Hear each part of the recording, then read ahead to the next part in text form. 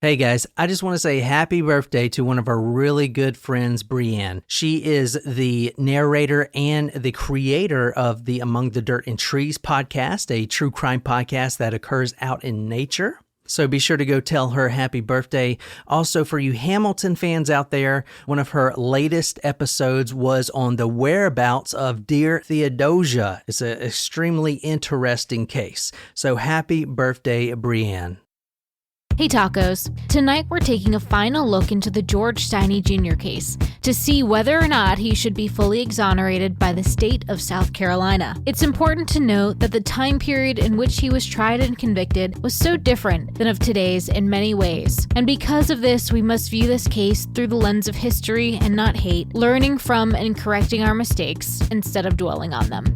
Also, let's not forget about the victims Binnicker and Thames and their families who still live with this awful tragedy.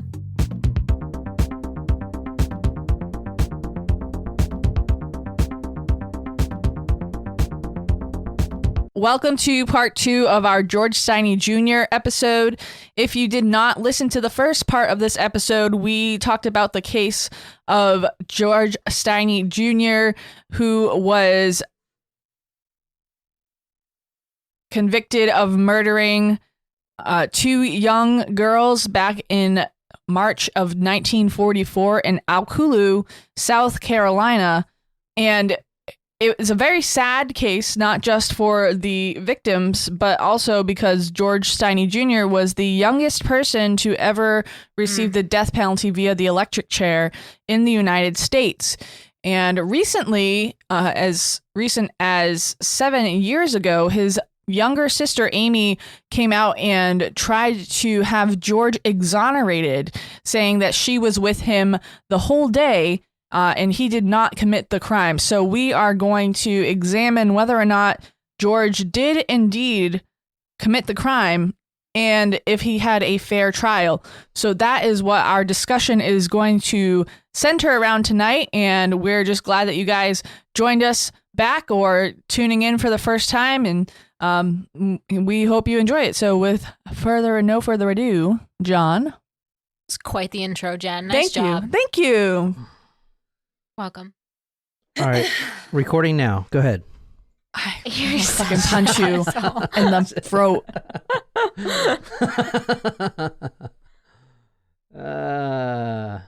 So the case was reopened on January 21st, 2014. A lot of people think that he had nothing to do with it.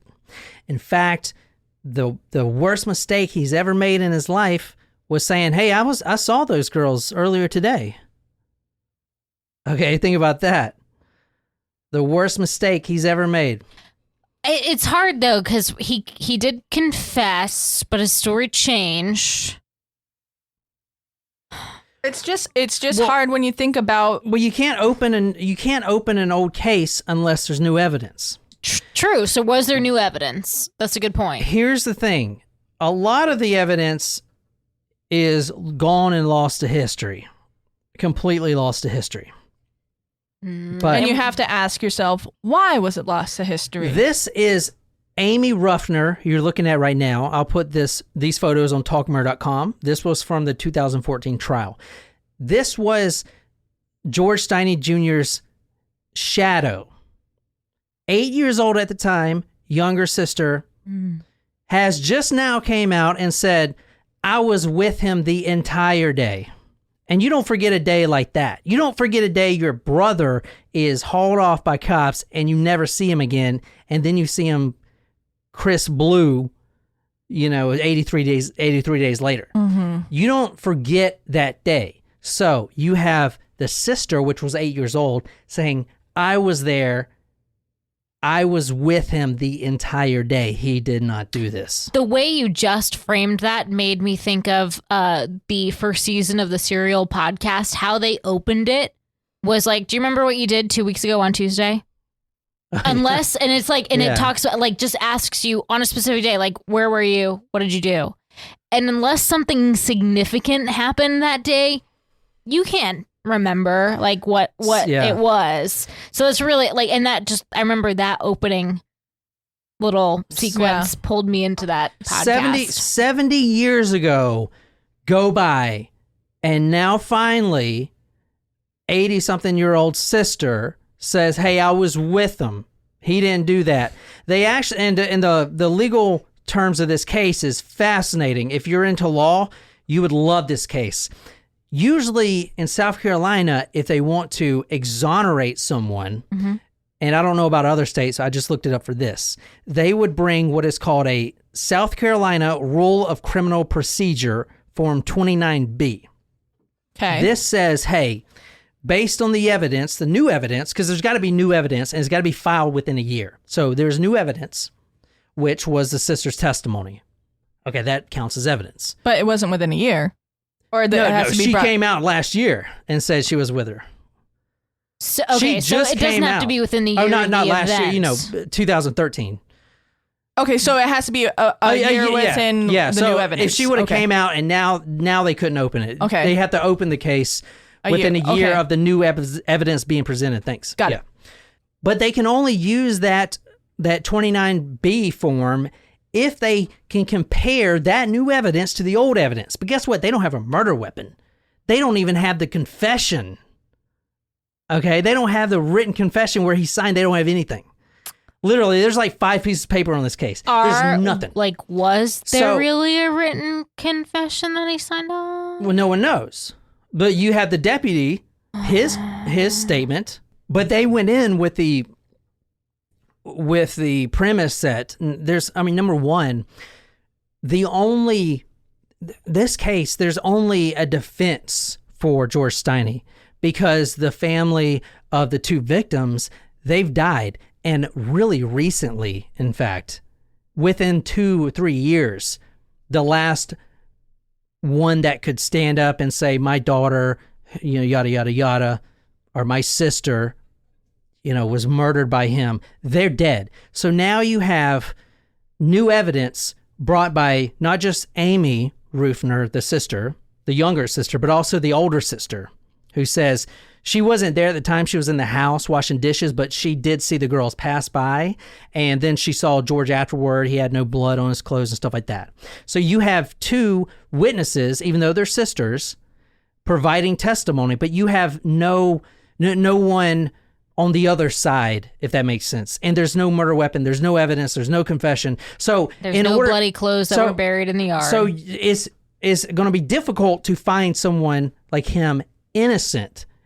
It feels very hearsay. Yeah, okay. So that's why this case 70 years later. That's why this case is so important, and I'm so sick of seeing all this media, yada yada yada. You got to dive in and do, because you got to set the record straight. You know what I'm saying? So that's what we're going to try to do tonight. Anyway, before we get done, I want you guys to decide to yourselves whether, number 1, he did it or not, and number 2, whether he got a fair trial. And those are 2 different things. Yes. Completely. I mean, he should be innocent if they can't prove him guilty, but that doesn't mean he's innocent of the crime. Killing the 2 girls. Again, very harkens to some of the most popular cases in recent history. Yeah, but on, like I said, January 21st, the case was reopened using a centuries-old technique. They couldn't use the one because there's no evidence, there's nothing, right? Nothing. So they used a centuries-old technique, a law instrument called the writ of coram nobis, which literally translates into, in the Latin word, quote, the errors before us, end quote. So didn't they use that in, they tried to use that in Avery's case, didn't they? Or was it the staircase one? No, I doubt they use it. That's a different writ. Yeah, because you would want to overturn the conviction. They can't overturn the conviction here. What they're trying to do with this writ is saying, it translates to the errors before us. They are trying to rewrite the sentence and say that there's errors here. There's errors in the police reports that were filed, and we need to fix the errors. Oh, I was thinking of habeas corpus. Is that the one where the lawyers were not? Yeah, habeas corpus is what you're thinking of. That's the usual one they use. Okay.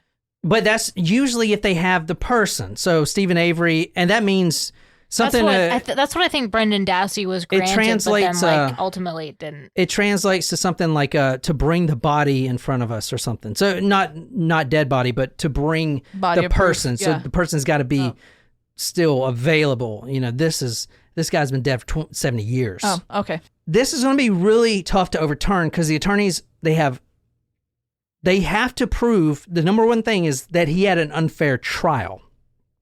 How many days before he got executed? 83. There you go. So we're going to dive in. That's extremely quick. But did he receive a fair trial? Because as the judge says, they're not just all racist and stuff like that, because she can't see another judge being like that. But the rules are different back then. We're living in the Jim Crow era. That's completely different rules than what we have now. Mm-hmm. That doesn't mean they were doing something wrong. They were just abiding by different rules. Does that make sense? They had, totally different perception. Yeah, that's what I want to bring with this case. However, there's really no records on this case. The murder weapon is in what they call a fluid, okay, which means they don't even know what it is. The autopsy report says a hammer, as y'all read, but it also points to a railroad spike. Which they supposedly pulled out of the mud. The police said it was an iron rod. That's what the police report said. So there's 3 different claims on the murder weapon right there. So that's why they do this, the writ a coram nobis. Anyway, moving on. Let's move on with this thing. Sorry.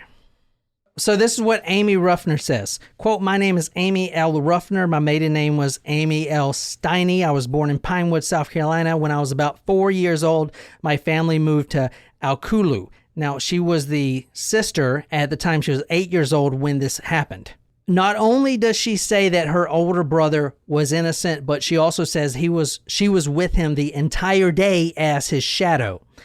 He followed her around everywhere. The first question we need to answer is why now? Why in 2014 do you come now after all the other family are dead, that they can't stick up for their story and tell their side of the story? Why in 2014 do you want to come and clear your brother's name? Why? This happened in 1944, okay? When was the Civil Rights enacted? 1964. You couldn't have done it then? Okay, what about the 70s? What about the 80s? The NAACP was formed in 1909. They could have helped you. Why in 2014 are you bringing it now? Any idea?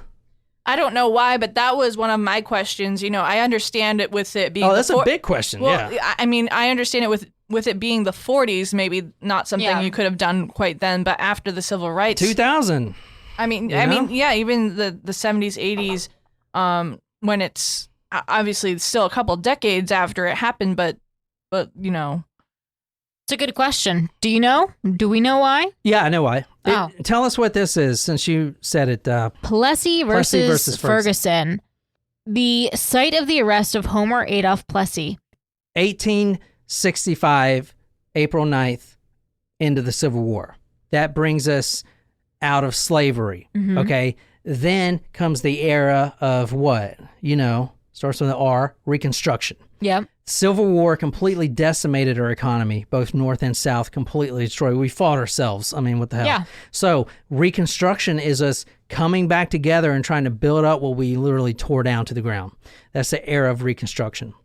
1890, even though there were 16 black members on the Louisiana General Assembly, a law was passed that prevented blacks from riding together on railroads with whites, right? 1896, courts decided that we're separate. Oh, separate but equal. But equal. Okay. So now you guys know what That's it. Yep. Yeah, separate but equal.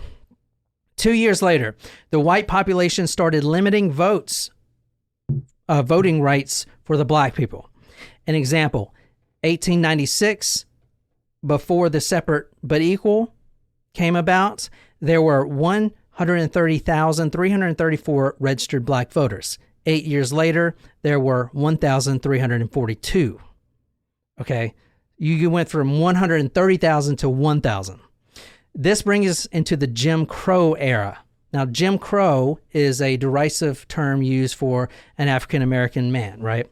The Civil War, Reconstruction era, but down here in the South, the Reconstruction means that blacks and whites are separate but equal, which also means that black people can get jobs that white people are supposed to have from what they're thinking. So now they're going to take our jobs. Hey, that's not cool. You know, I don't want, we're separate but equal, but there's only so many jobs to go around type of thing. That's the Jim Crow era.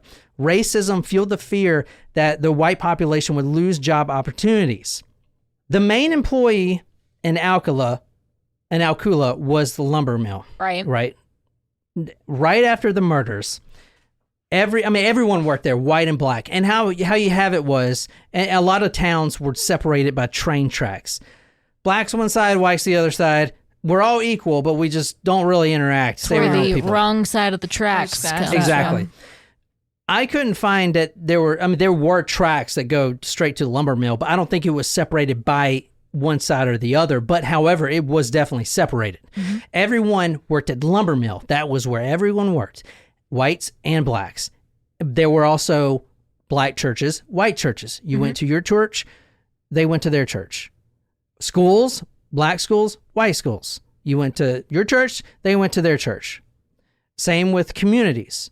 You went to their church, you definitely didn't go pick maypops in the black community. Well, they did cross that line because they're freaking kids. They don't see color. That's adults that have these problems, right?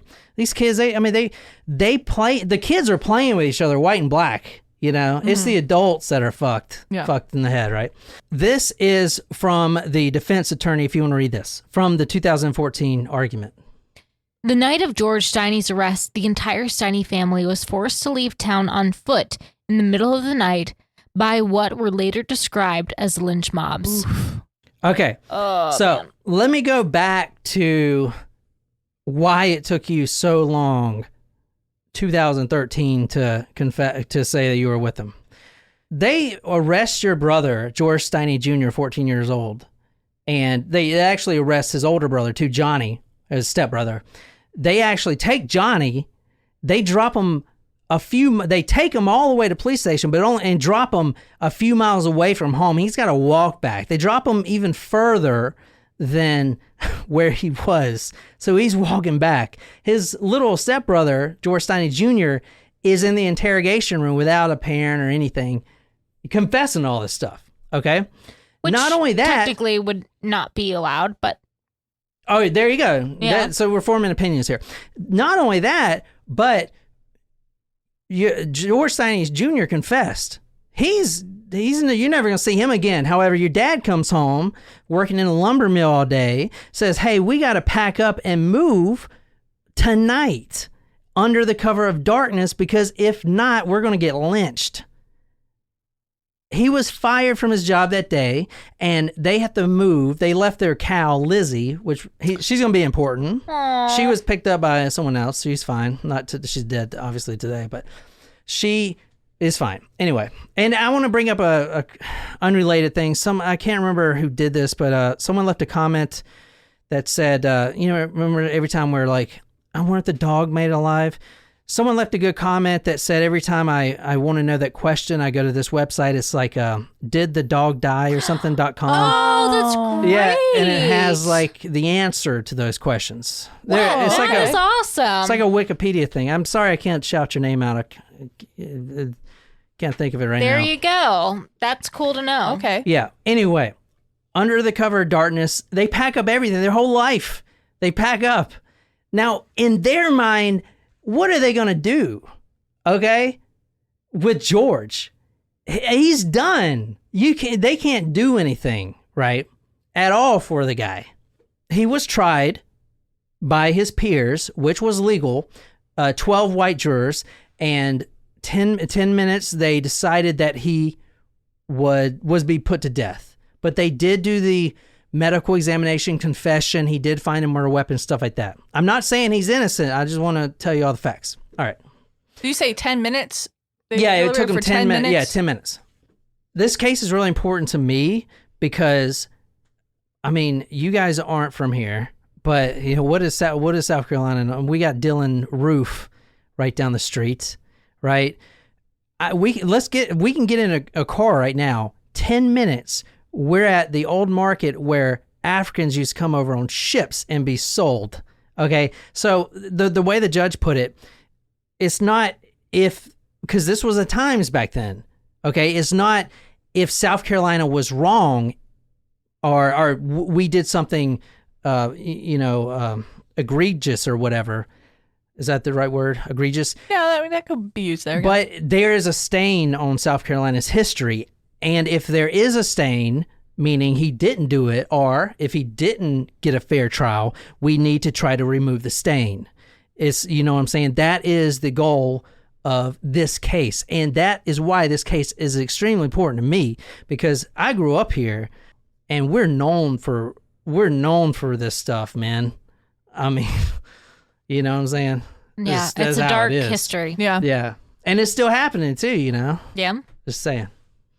My brother George's job was to take the cow out to graze after school, and I always went with him. He called me his shadow.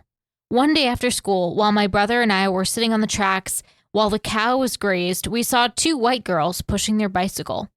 When they got closer to where they were stopped and asked us, did we know where they could find some maypops? We said no, and they went on about their business. It was strange to see them in our area because white people stayed on their side of Alkaloo, and we knew our place. After they left, we saw Mrs. Daisy looking out of her window, so we waved to her and left to take the cow home. At home, I ran the water in the tub. The cow finished drinking water. My brother put the cow in the shed, and we went in the house to eat and started our schoolwork. Yeah. So that is what she's bringing forth. So the goal of this episode is to try to see if she is accurate about that, because it is 70 years ago. You can't tell me an 8-year-old will remember so specifically 70 years ago. So you want to reverse a conviction based on a memory that is 70 years old, because she is the only one that can prove him innocent. Is her in her testimony. That's what I'm trying to say. Because they don't find another killer. Okay, it's either if he did it or didn't, and we got to decide stuff like what we're going to talk about. Go back to the wounds. Those are pretty powerful wounds. Yes. You know, stuff like that. Like, can a 95-pound 14-year-old deliver those types of wounds? Where would he even get a hammer or a murder weapon? He's not bringing that crap around with him. And he would have to just find it. A railroad spike is not something that is light either. Exactly. Plus, there's no drag marks. Did he carry both the girls over there? How would he even do this? Because his mom's so strict. His only chore when he gets home from school is to let the cow graze, and that's within seeing distance of the house. So when would he have time to do this? You know what I'm saying? Plus, as we'll talk about, he admits that he didn't do it, and that he just told them what they wanted to hear because they made him tell them what they want to hear, type of thing. Mm-hmm. And he is kind of sad, actually. If he did not do it, his cellmate at the time, his name was Johnny, which is not related to the other Johnny. His cellmate was reading a magazine. And he's already got his death sentence. George Stinney Jr.'s got his death sentence. He was reading a magazine, and a page said something like, what's your future going to be? It's like one of those kind of make whoever you want to be. And then George Stinney Jr. looks over and says, gee, I don't have a future. Oh, my God. So that's pretty bad. It's So anyway, it's not to... I don't know. That's what I want to talk about in this episode. We're going to lay out everything, and we're going to make a decision whether he did it or whether he didn't do it, and whether he got a fair trial. You know, because just because there's 12 white people on the jury does not mean it's an unfair trial. Okay? Right. If we got to go back and see if they've done everything right. For instance, the medical examiner was also with a family practitioner, like no training whatsoever. Should that have been allowed, type of thing? So that's what they're trying to do with this writ. They're trying to correct the errors. And if the errors are substantial enough, they can actually exonerate him. They're not going to say if he's innocent or guilty, but they're going to say that we made a mistake, type of thing, you know? First, I want to talk about the book we're reading from. This is Triple Tragedy in Alkaloo by Kendall Bell. He's a local South Carolina historian. So A question that popped up to my mind, you mentioned that George Jr. had an older brother.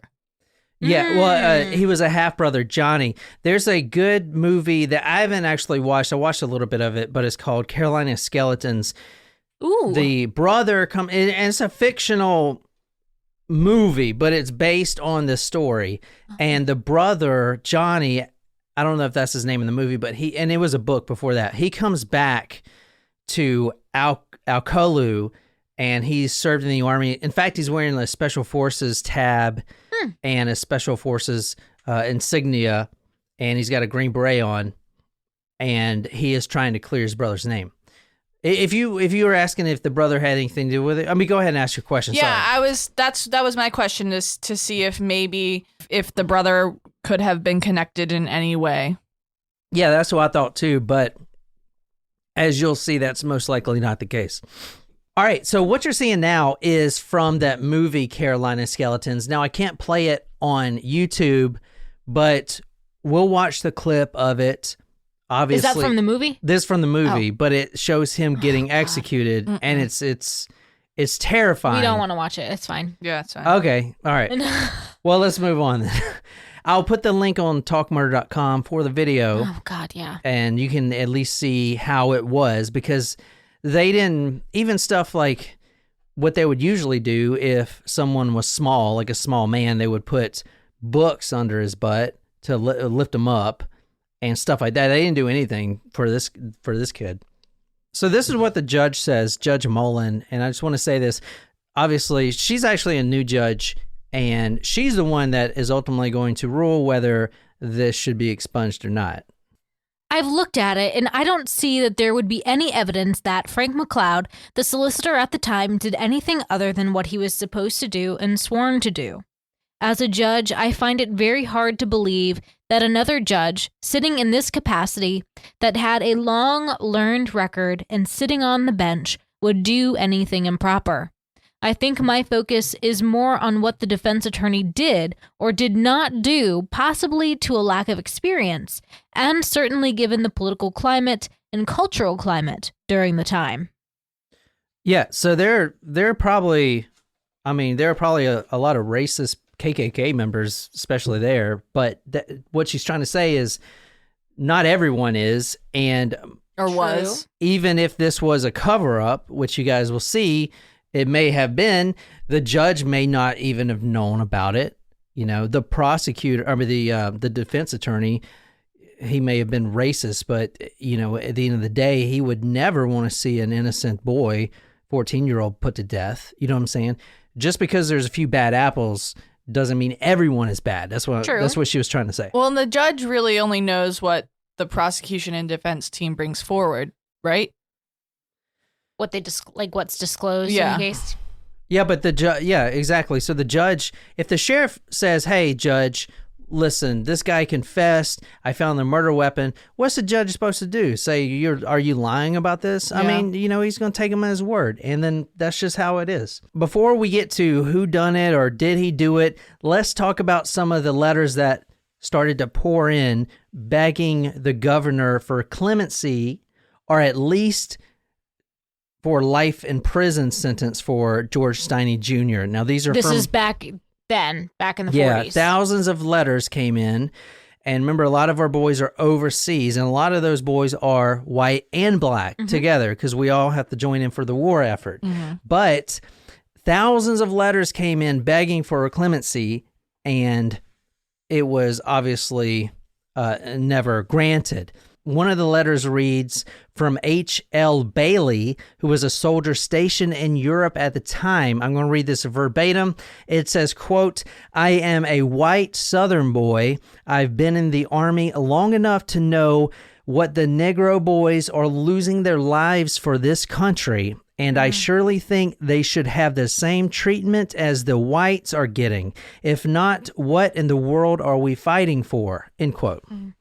And if you've ever been in the armed services, you learn really quick that you can't be racist, because you have all kinds of colors serving by you.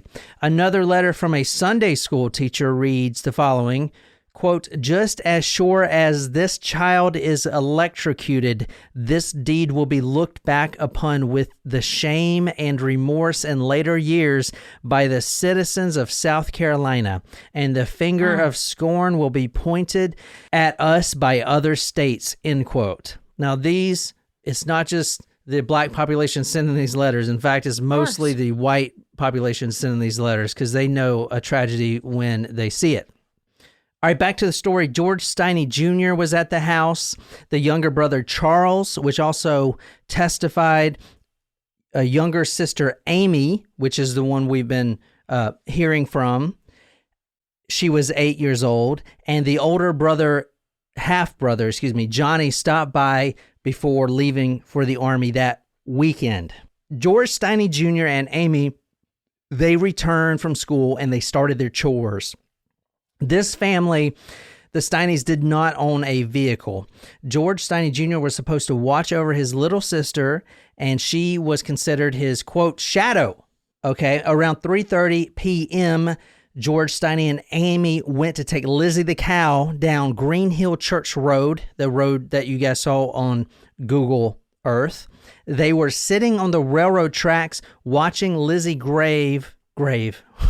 watching Lizzie graze. When the girls approached, they said, do you know where we can pick some maypops? They said no. They were in shock because they never seen two white girls. They never seen them in their life, actually, because this was segregated. They went to their own school. Got it. Even though they were same age. But they're like in the wrong part of the town, kind of thing. The white girls were.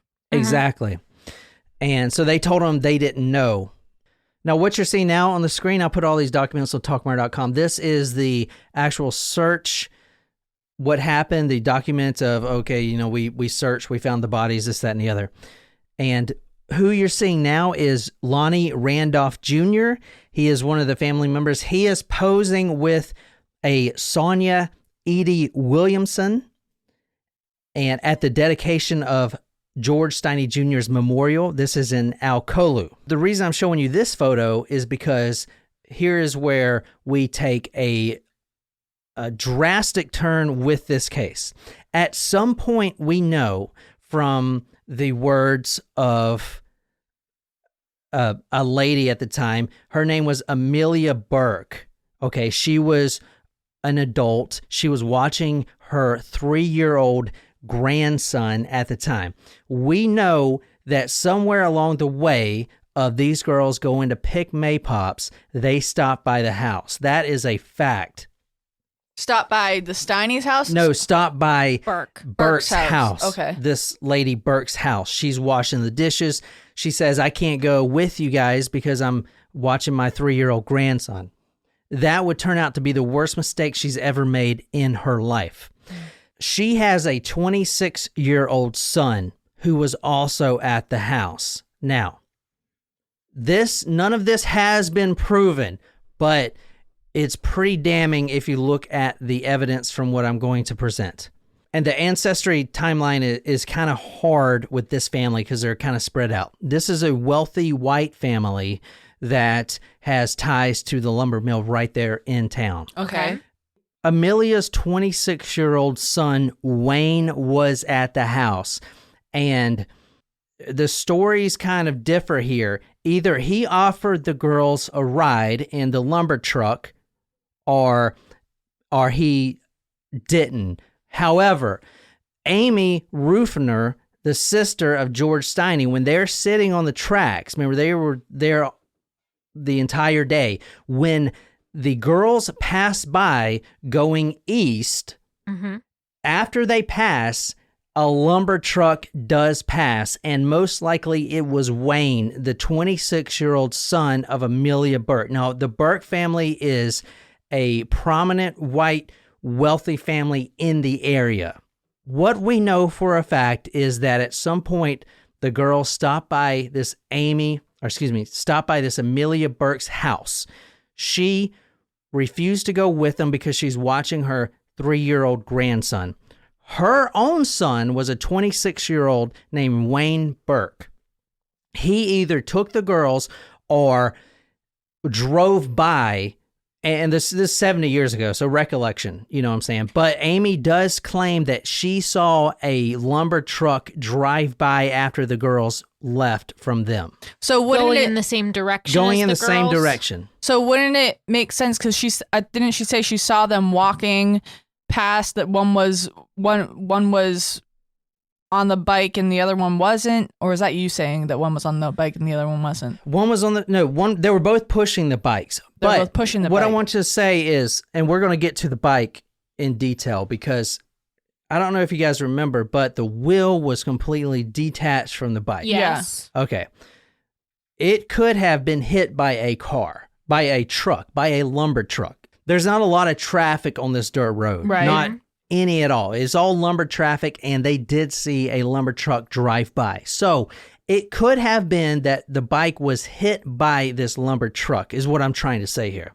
Sonia, the girl in the picture right here, how she's involved in this is her family, her distant relatives is the Burkes. Okay. So her distant relatives are the Burke family. Okay. And they're also well known to be in the Ku Klux Klan. And she's not happy about that. Okay. And she's don't blame actually her. one of the ones that came forward and said, "Hey, I've got information about this case and I want to get it solved because this has been on my mind forever."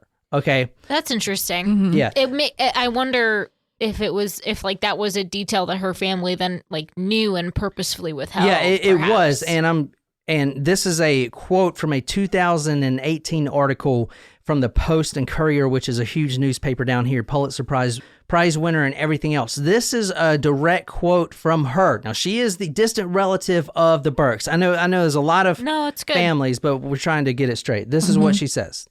Sonia's grandfather had been at the courthouse the day of George Stinney's trial, and he'd seen the boy that morning. He'd watched as George arrived in what he could best describe as a cage. Police escorted the child inside wearing chains so heavy he could barely walk, and an angry crowd had spit on him as he passed. Yet time and time again, Sonia's grandfather had said, "I know that colored boy didn't do it." But was the grandfather then in support of, like, who was the grandfather in support of? Stay with me here. We were at Amelia's house. She's the Burke. Right. Yes. The wife of The lumber George Burke, Yeah. who has the son Wayne Burke, who was driving a lumber truck. yeah, Okay, right. you got it. So the elder George Burke Yep. is was at the time the company boss of the lumber mill. Okay. Okay, so basically his son took the lumber truck and was driving it. His 26-year-old son. You guys with me? Yeah. Kind of Okay. like, "Hey, Dad, can I borrow the company truck?" Type Yeah, of thing. and Sonia, these are just her distant relatives. Yep. I know it's really Nope, confusing. you're good. Okay, now we're going back right now to the search party affidavit. I don't know if you guys can see it, but down there it says George Burke's name. So he was actually, and his son Wayne Burke were the leaders of one of the search parties. They were also the ones who found the bodies. Okay. Oh, that was the one who found the body. Well, Scott Loader was the actual one who found the body, but the Burkes, they led, I don't want to say led, but they were in the vicinity They were of with where that the body it was specific that group. search party. Okay, yeah. I know this is hard to understand. No, you're good. No, we're clear. Just clarifying. Okay, good. So they may have had time to Place things where they needed to. Mm-hmm. George Burke Sr., the company mill owner, company mill boss, is the one that fired George Stinney's father. And not only that, same day. told him to get out. You got to get out of here. George Burke Sr. was the lumber mill company boss. He also served on George Stinney Jr.'s coroner inquest and in the grand jury. Okay, he's the one that found the body and everything. A lot of people think his son, Wayne Burke, the one that was driving the truck, did this, killed the girls. And I'm about to show you that may be the case. After the girls stopped by and asked about the maypops, like I said, Amy said that she remembers the lumber truck barreling by in the direction of the girls. All right, now let's raise things up one more notch. If you want to read this, Nicole. Amy recalled that her father had worked at the mill, and at one point her mother had done domestic work for a prominent white family in town. Their name? Burke. One night, her mother had come home telling their father that a man named George Burke Sr. had made a pass at her. "Don't go back there," her father had cautioned. So the mother, George Stinney's mother, gets a pass made on her by a well-recognized womanizer. There's She is multiple assaulted. accounts of Let's use the real word. the Burkes, She's assaulted. the elder Burke, doing this stuff. Mhm. And she turns him down. She tells the husband that this has happened. And he's like, don't ever go back there. Soon after that, this scenario happens. Wayne Burke actually dies 3 years later of a chronic kidney disease. And I put in my notes, also known as KARMA. If he did this, which a lot of people think he did. 3 years later, he's dead. George Burke Jr.'s son, Wayne Burke, later said his grandmother suffered from depression after the killings, and until her death in 1963, often blamed herself for not going with the girls. The popular theory here is that Wayne, either George Sr., who made a pass on the mother, did this, or his son, Wayne Burke, and which were both on the search party, and then Sr. helped cover it up, or vice versa, the other way around. And I'm going to present some evidence that goes along with that theory. Now, this is not proven, okay, but it is quite possible because, as you'll see in a second, George Stinney Jr. didn't do this at all. I mean, there's like literally no way he did this, okay? I mean, and I'm going to show you that here in a second. But let's look at the evidence first, and then we'll go from there. This isn't the exact bicycle what you're looking at now because there's no picture of what she was riding. But this is a bicycle from the 1940s. This is what you're looking at now is the Ward's Hawthorne skip tooth balloon tire, 26-inch bicycle. Quite the This name. is from the 1940s. This is the everyday bicycle. This is the mongoose that you buy at Walmart. This is what Like a all the cruiser. kids have. Yeah. Okay. Now, what do you notice about the front wheel? Because when the bodies were found, the front wheel was completely detached, and a lot of people have claimed that it was not only detached, but it was completely bent. And then the front wheel was placed on her body. What they're trying to say is George Stinney Jr. pulled the bike as he was trying to steal it or something, and the tire popped off. But if you look at the wheel, it's not a quick release wheel. No, it's bracketed in there. That's what I'm saying.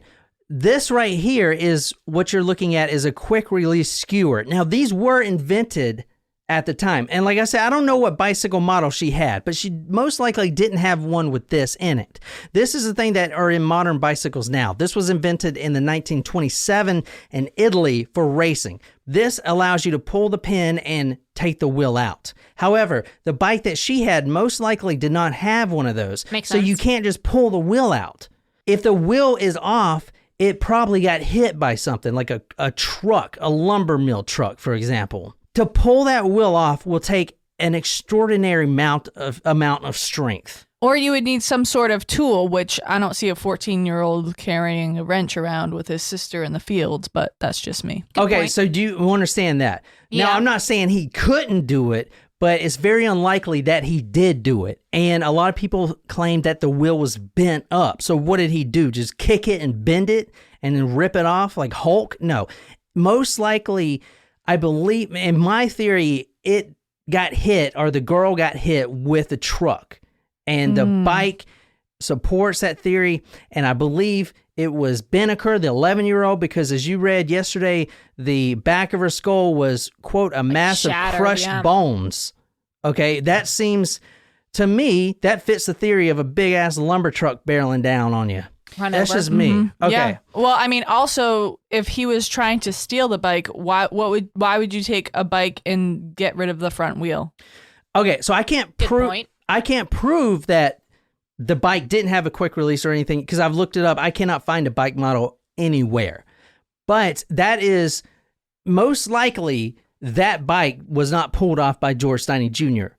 And most likely the bike was intact before they were murdered. Okay? It didn't just fall off because those things were built to last. Yeah. Right. All right. Let's move on from the bike and go to the bloody clothes that were found in his house.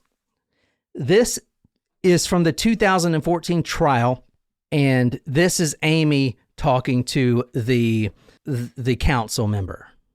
Let me ask you a question. You witnessed the police go in? Counselor McKenzie asked. Yes, I did.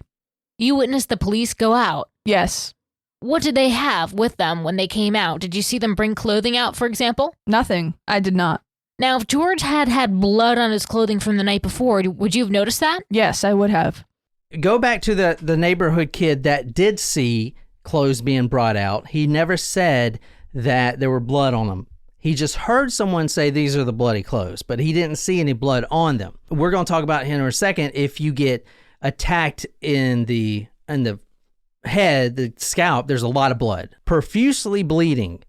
So not only you know what's interesting now, sorry, I didn't mean to interrupt your train of thought, but we were talking about a lot of blood yesterday and it rained. So if something did happen in the road, right, if someone was hit by a car, the rain could have washed it away. Yeah. Because they were found in like a shallow puddle. Well, here's the thing. If it was a car accident, it quickly became something else. Right. Because someone may have hit that one girl, but then What about the other girl? to demolish the other girl. You know, they both had cuts on their face. Now, they could have got ran over and rolled under the tire or something. You know, I don't know. But only their But head and have no marks anywhere else? Anywhere else, yeah. So The only way I could see that happening is if one of the girls was riding on the back spokes of the bike, you know, standing up on the back where the other girl is pedaling, or riding on the front on the handle wheels. If they were on the bike and then they get hit and then hit their head and then he thinks that they're dead, so we make sure they're dead. I don't think that's what happened. You're right. There would have to be other injuries. Yeah. I think you're right. now keep in mind, I'm not saying that the Burke family actually did. We can't prove that they did or not, Right. but we do know, we can tell that it's not a 14-year-old boy. A couple things about the clothes. No clothes were brought out, according to Amy, the sister who was at the house, and the other sister, and the brother. They all saw their brother getting brought out, and there was no clothes from what they saw. No clothes were submitted as evidence either, which is... Even if they don't have the we clothes, they don't have the records. We've done cases in the late 1800s that they would submit that stuff for evidence. They Right. still have the clothes from Jack the Ripper's victims. They do? I'm just saying. Yeah, I mean, there's pictures of them at least. I don't know if they have them or not. I'm sure they got them somewhere. I don't know. In a museum, Anyway, probably. Here's a question for you. How many sets of clothes do you own, Nicole? A lot. Okay, how many sets of clothes do you think a poor black family that grows their own food and doesn't even own a car, and they have to walk to work and church in 1944? How many pairs of clothes do you think George Stinney Jr. owns? 2 to A 3. handful, yeah. He owns 2, one to play and one to go to work and one to go to school. If he would have bloodied all of his clothes, now he's down to 1 set. They don't have clothes. Back in the day, you wore the same thing over and over, all the time. So I'm just throwing that out there. All right, so Dr. Peter J. Stevens, a forensic pathologist, testified about the medical exam, and he did this in 2014. And this is what he says. Quote, "There is nothing in the external examination report to suggest that defensive wounds of any kind were present. So the absence of such wounds suggests to me that the assailant was a larger assailant with overpowering size and force," end quote. We've done a lot of cases, and a lot of victims have defensive wounds, but Yeah. I don't think that's the correct term. I think they should change the term to defensive wounds, because when you hear defensive wounds, you think someone's fighting back and they're defending themselves. That's not always the case. If you get hit, even if you don't know what's happening, you're just flailing your arms. Yeah, even if you're trying to block your face or something. Yeah, you're not actually fighting anyone. You're just flailing your arms. So if you got hit in the head with an iron rod or a railroad spike, you're going to automatically flay your arms, and there's going to be some sort of scratches or whatever on the killer or whatever. George didn't have any of the scratches. Not only that, the victims, the two girls, they didn't have any defensive wounds on their body. Dr. Stevens also says this. Scalp lacerations are classically and characteristically very, very bloody. When there is a laceration, or especially if there is enough laceration to cause fragmentation of the underlying bone, these are going to bleed profusely. But what does that mean? What does what mean? So he's saying, like, okay, they're going to bleed profusely. So but there was an absence of blood at the scene, remember? There's an absence of blood. So what does that tell us if there was an absence of blood and he's saying this is what we should have seen? Okay, so that's a really good question. Number one, there should be blood all over George Stinney Jr. if he killed it. Number two, there should be blood all over the scene. There wasn't. Which means they were moved. Which means the bodies were moved. There was no drag marks that they saw. There was no brush or anything, so they were most likely carried. Yes. So let's say if you hit a girl, and even if it's an accident, but then you really kill the other one with a lumber truck, there's plenty of room back there to throw a couple bodies while you go and kind of figure out where you're going to put them. Yeah. What I forgot to mention is the bodies were also found on the property line of the Burkes. Oh, yes, that's another one. I don't know why I didn't mention that. I'm not saying that he did it, but I mean, stacking up against him. It's a compelling argument. The mother suffered from intense depression after this. So if your husband or your son, if you're the mother and your husband or son did something like this, even if they didn't say, "Hey, I did this," you know that's your significant other and your baby boy. You know. And if mother is depressed because of this, something happened.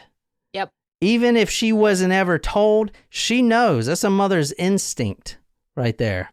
And she suffered from depression. A lot of people suffered from depression after this. Well, it's interesting, too, when you think about it, even if even if she's feeling guilt for not going with them, that you can see, you can say, okay, even if Wayne didn't do it, having some sort of guilt over not going with the girls, but the fact that he knew where the girls were going, if he was home and overheard them saying to mom, "Hey, we're going to the maypop fields, will you come?" She's like, no, I can't.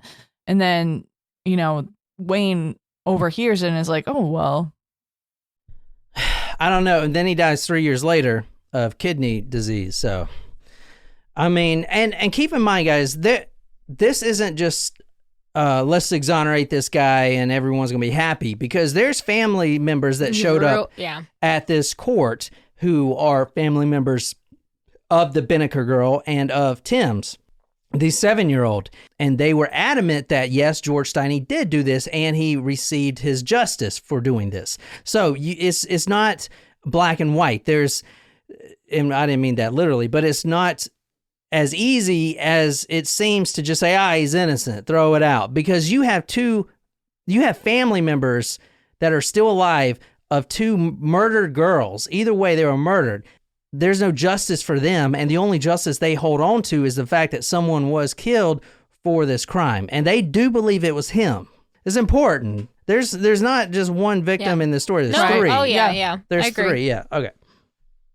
Dr. Stevens goes on and says, quote, "It would have been unusual to say the least if there had been no sign of blood anywhere on the clothing of the assailant wielding a hammer or any other weapon short of like an 8-foot pole," end quote. So, yeah, there would be no blood on George Stinney Jr. if he killed the girls with an 8-foot pole. But if not, he would have blood all over him. So talk about George Stinney Jr. walking back. Even if Amy ran in front of him, the sister ran in front of him to water the fill up the cow bucket so she can drink water. He kills him, and then he walks back in completely bloody. That would be what it would look like if he would have did it. Does that make sense? Okay. I have a question. Where did the Steinies live compared to where the Burkes lived? Were they neighbors? No, they weren't neighbors. They lived in the black community, but they were about, from the church where the bodies were found, I think they were about, I want to say like 3 blocks or 4 blocks, something like that. It was relatively close from the church. They would walk, I think it was a mile from the church or something like that. And all of this had to happen in a half-hour period? Yeah, they walk from their house to go to church. Okay. They don't have a car or anything. Going back to the scalp lacerations, one more thing. The reason you wear a hat on a cold day is because you have all them vessels up there. And you wear a hat because that keeps you warm up there. Mm-hmm. So there's a lot of blood that comes out from there. And he said it would, quote, almost be inconceivable for him to have no blood on his clothes. So the sisters would have saw the blood. Right. Now, let's talk about the trial. And let's see if the trial was any fair. His first trial. His only trial. Oh, right. Yeah, his only trial. Got it, sorry. The only trial. That lasted, I believe, 2 hours, not even that. The trial was 2 hours? Yeah.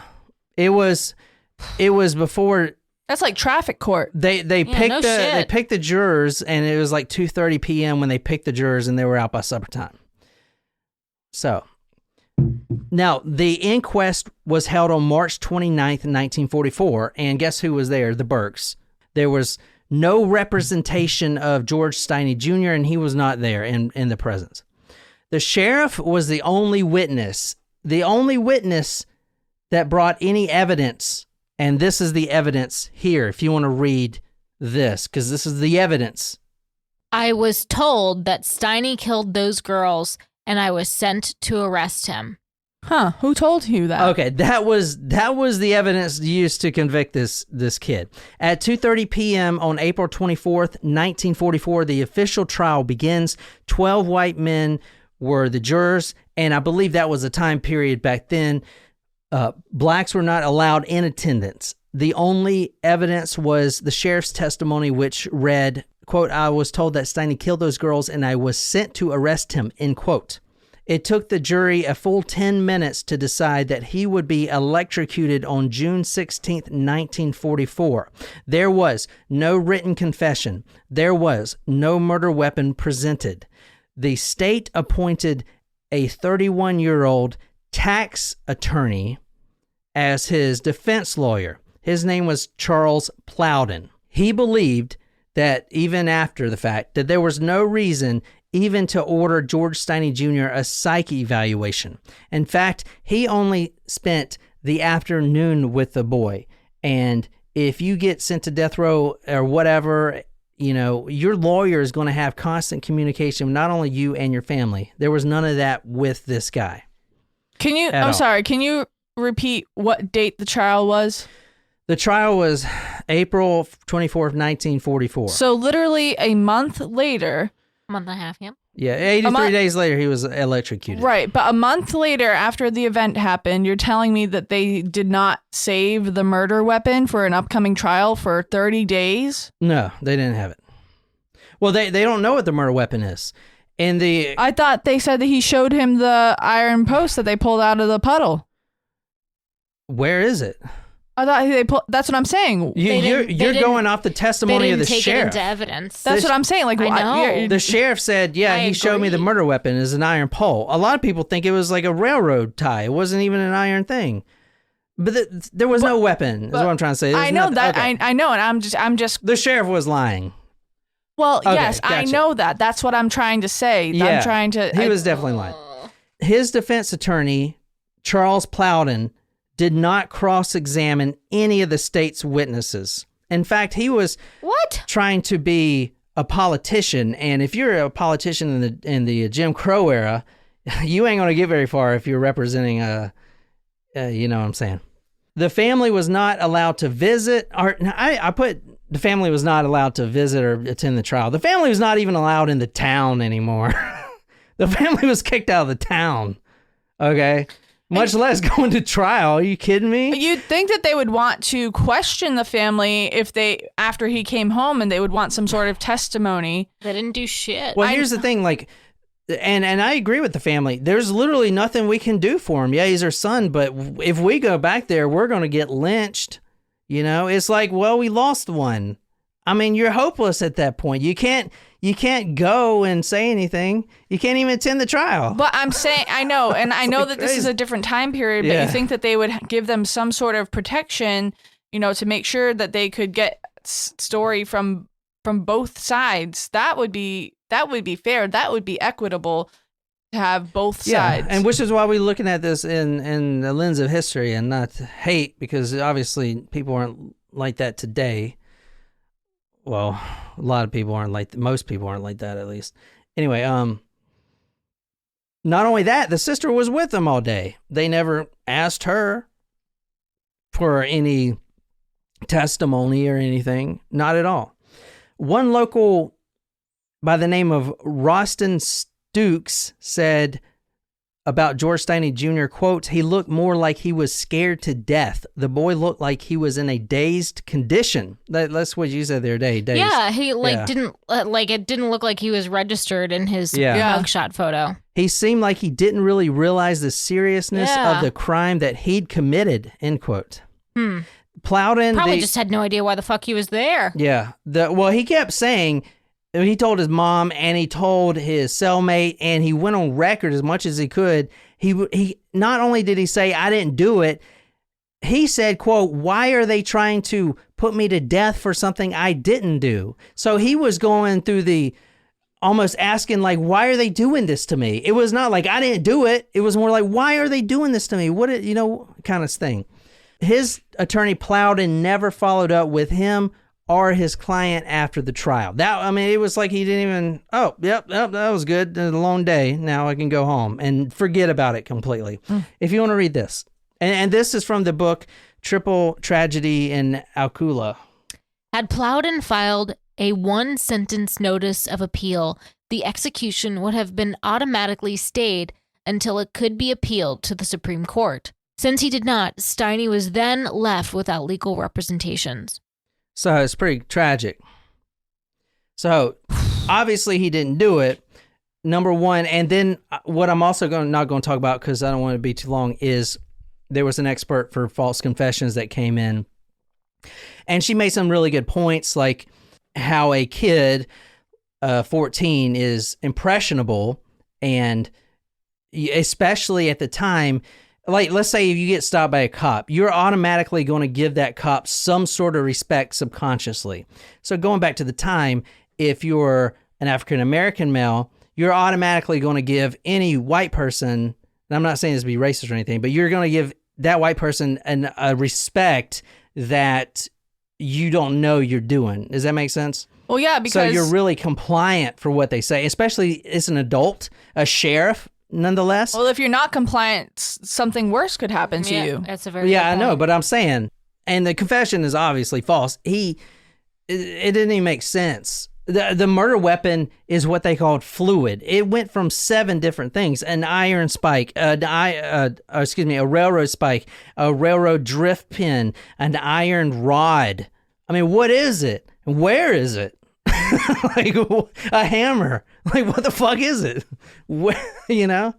And you're saying that, number one, George Stinney Jr. is carrying that with him. He's carrying a hammer with him. There's not railroad spikes laying across the ground everywhere. You can't just pull one of them things off the track. You know what I'm saying? They're not just available. To me, out of all the pieces of the story, that was the thing that was most consistent, was the spike or the railroad, whatever. Oh, it's not consistent. No, I know, but it was more consistent than anything else in the case. Except for who the victims were. Yeah. Now he's finally got a proper burial, but as I said earlier in the episode, they initially buried him in an unmarked grave at Calvary Baptist Church because they actually feared the KKK would dig him up, and they're probably accurate on that point. All right, so this is from the New York Times, if you want to read this. South Carolina judge vacates the conviction of George Stinney in 1944 execution. Oh, good. Calling it a great and fundamental injustice, a South Carolina judge on Wednesday vacated the 1944 murder conviction of 14-year-old George Stinney Jr., the youngest person executed in the United States in the last century. Judge Carmen T. Mullen of the Circuit Court did not rule that the conviction of Mr. Stinney for the murder of 2 white girls in the town of Alculu was wrong on the merits. She did find, however, that the prosecution had failed in numerous ways to safeguard the constitutional rights of Mr. Stinney, who was black, from the time he was taken into custody until his death by electrocution. I think she did a good job. That's her right there. Yeah, props to how she handled it. Because, number one, she didn't say that he's innocent. Right. Because, and if you read her 30-page, disposition on it, which I'll put on talkmore.com, she put a lot of time in it, and she couldn't, under any good conscience, say that he's innocent simply because there's not enough evidence, right? Unfortunately. There's no evidence to point to who the killer was. But we can definitely say, without a doubt, that he was not given due process at all. He was literally railroaded. Yeah. And basically the court system and South Carolina failed him. And we do look on shame of that, like that one letter said from that Sunday school teacher, because it is shame. It's embarrassing. For me, it's embarrassing. I grew up 30 minutes from this spot. Do you remember hearing about this case when you were younger? Or, because the conviction was not until fairly recently, so maybe it was not talked about. There's all, look, we got Dylan Roof down here. If you want to come to a place where there's still racism, it's here, man, you know? Well, unfortunately, it's all over the country. Yeah, I know, but I'm just saying, man, I don't know. I wish everyone was blind so no one will see color. I don't know. Anyway, this is his burial, but I don't want to say that he's the victim, the only victim that is, because there are 2 more victims, and I wanted to make sure that everyone knows that. Yeah. Because their family still believe that he did it. So it is still an injustice. There's 3, no matter what happened, we don't know what happened. Maybe the Burke guy ran him over by accident. Maybe he wasn't involved at all. Maybe he wasn't involved at all. Maybe it was something completely different. Who knows, man? And no one knows what happened, but we do know this case would get thrown out because it's not without a reasonable doubt. There's plenty of reasonable doubt in this case. Right. Going from everything. This case would never even make it to court. Sure hope not. If it was today. But anyway, so there are 3 victims of this case, and like the book said, Triple Tragedy in Alcolu. Check that book out. It's really good if you want to know more about this case. But I think the family is happy as far as the Stinney family. I wish... As happy as I can be. Right. I think they wanted the judge to say, okay, my brother was innocent of the crime. Right. But unfortunately, I don't think she could do that in good conscience, simply because the only real evidence that was brought forward was the sister's testimony. And there are other family members that think otherwise. And we read some of those. Yep. Mm-hmm. But what we do know for certain is that 3 children died in South Carolina, and no matter what happened, it was a tragedy. Yeah, for sure. And I think now that after the exoneration, no matter what your stance is on everything, I think South Carolina at least went back and recognized, okay, this was bad. This was not a good point in our history, and we have currently tried our best not to rewrite history, but to put a little edit in there and say, we screwed up. This is what we did wrong. Let's not do this again, type of thing. Yeah. That's what I'd like, at least me, I'd like to think that, because I live here, man. I don't want to think I live in a racist state, but, Anyway, that's the story of George Stinney Jr. Any questions?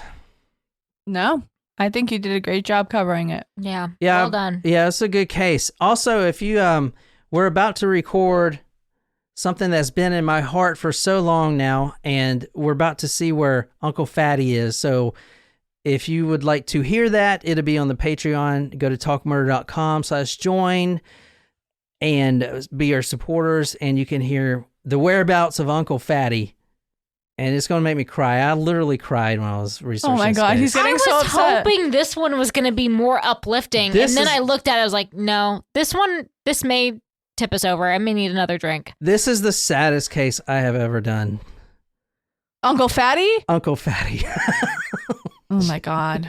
I don't know. It's I hard have to a- top after the one we just yeah, covered. but I have a propensity for animals, like... Yeah. Anyway, He's getting all choked up. Oh. so if you like this story and you think I did a pretty decent job covering the George Stinney Jr. case, go to talkmore.com, leave me a comment. I read all those on the post, the George Stinney post, and also go to YouTube where you stream this live for you guys and become our new talkos or taco nachos or small tacos and Supremos. Talkmore.com/join. My name is John, here with Jen and Nicole. Until next time, good night, you lovely, lovely people.